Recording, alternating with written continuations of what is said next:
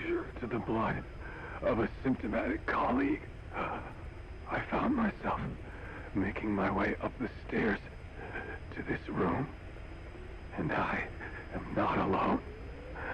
Everyone who's infected, we've all come up here wanting to get outside. I know full well I mustn't leave, given the possibility I'm infected. Yet, I can't contain this urge I feel inside me, like the alcoholic who tries to make any excuse for one more drink. Every step I took up those stairs filled me with this sense of bliss. I still have all my wits about me. It took no time at all to rewire the electronic lock and open the emergency exit. Then, just as I was about to set foot outside, I finally realized what was going on. This desire for freedom is not my own, but that of the vocal cord parasites inside me. They want the ravens to feed on us, pecking us to death, attracted by these sweet secretions. They have mutated to facilitate this. The sweet smell is powerful enough to attract even a species with such a weak nose. So, before the parasites take complete control, I must. Most of the staff in here are already infected. At least, everyone I've looked at is. Infection with this parasite causes a high fever in the pharynx. I have modified a pair of night vision goggles to react only to this temperature range. With these goggles, you can identify who is infected. Other infected will, like me, feel compelled to make it outside. If the ravens get their meal, they'll head for land next. That cannot be allowed to happen.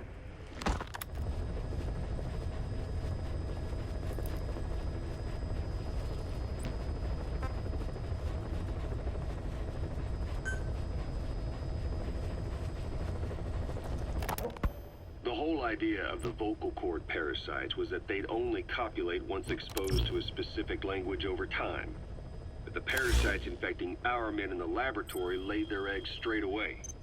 The larvae were eating their lung tissue almost immediately. What kind of mutation was it? Those who were infected and cured still carried the vocal cord parasites in their throats.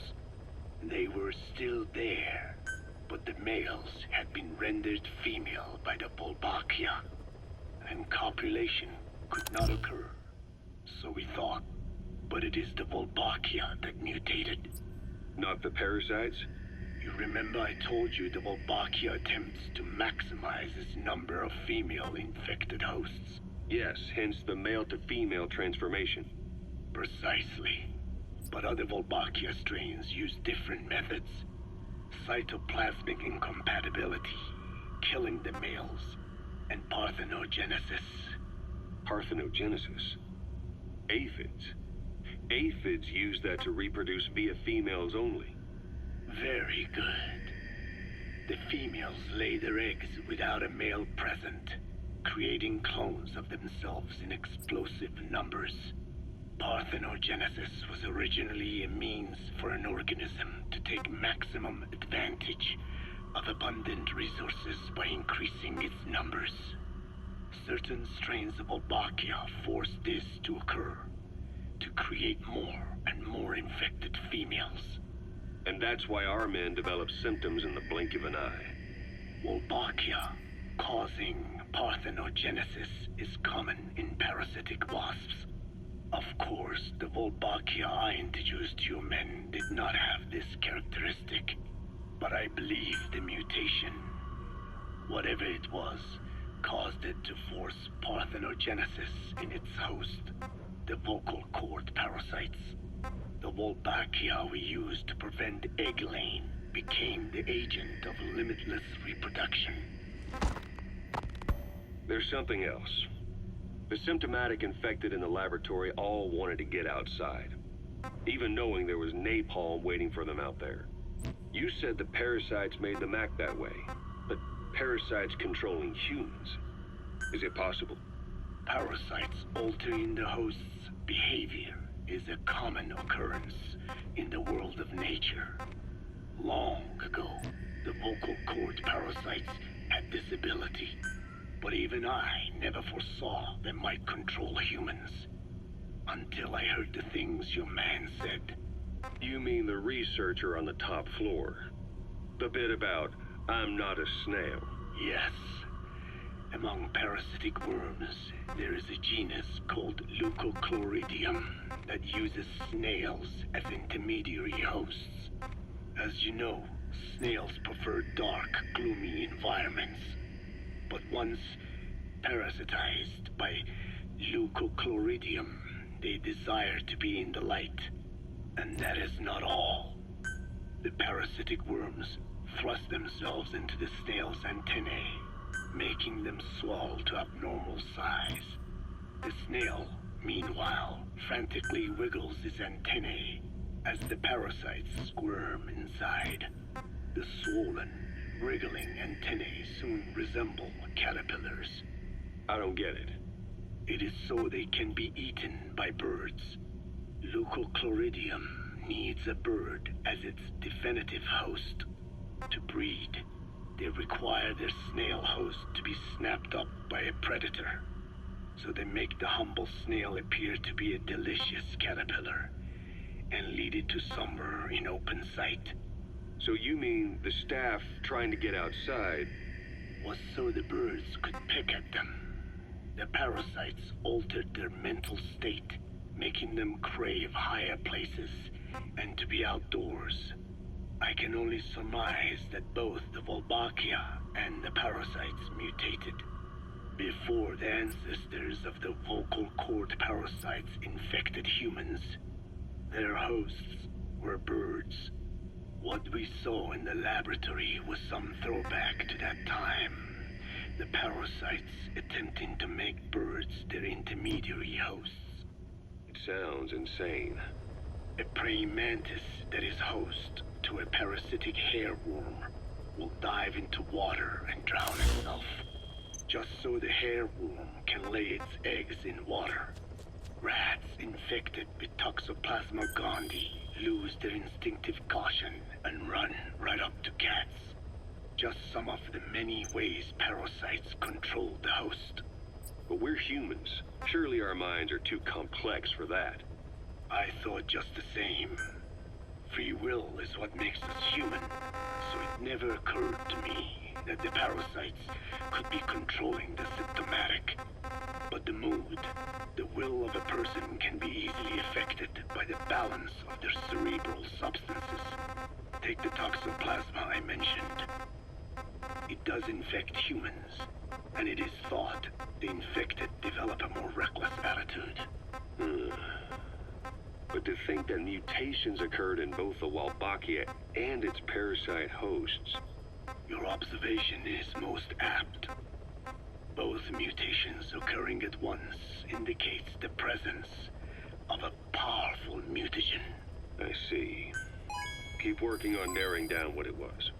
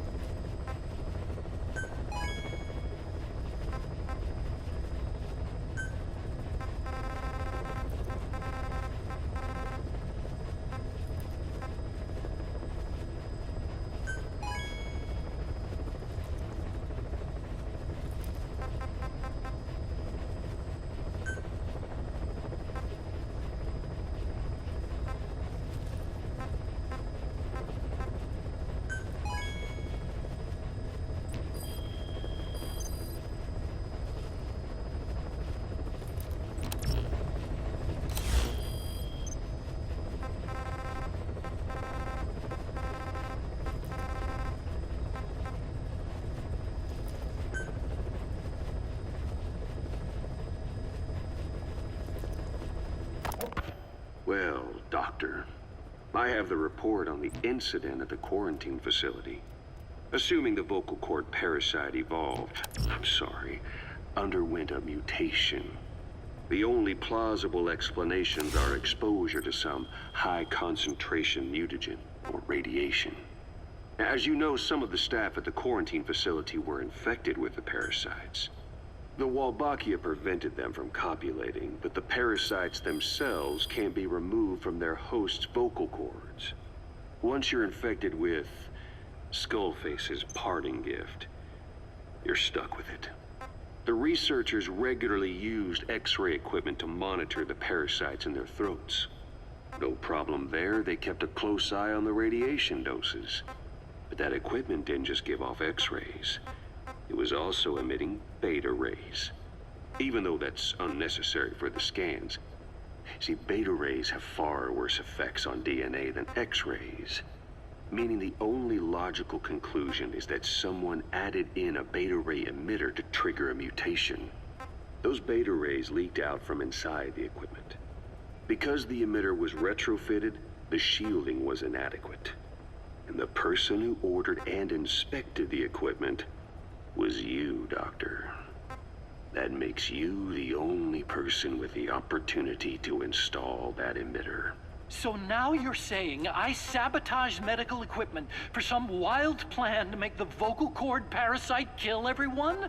Or maybe you thought it'd reveal a way to treat the parasite without using the Wolbachia. With that much to barter, I suppose some people would welcome even a pathetic cur like you. Just stop it! You'd have no shortage of buyers, but most would be happy with just the parasite. You wouldn't need to offer anything else. However, if that buyer already knew about the parasite, they'd also know that by itself, it's no longer the ultimate bargaining chip it once was. To sell to that buyer, you need to throw in a bonus. A way to one-up it. There's only one buyer who'd be after that. Emmerich, we record all communications on Mother Base. That includes radio transmissions to and from homemade devices. You've been in frequent contact with people in America. A private biotech company. A client of which is DARPA. And they are connected to Cypher. You made a deal with Cypher. You offered them a new parasite in exchange for your safety. This is the only place in the world where the vocal cord parasite still exists. And you used it as a testing ground. Tried to resurrect their bioweapon. But your plan to obtain the parasite has failed. Your bullshit ends now. And don't think you're leaving here alive.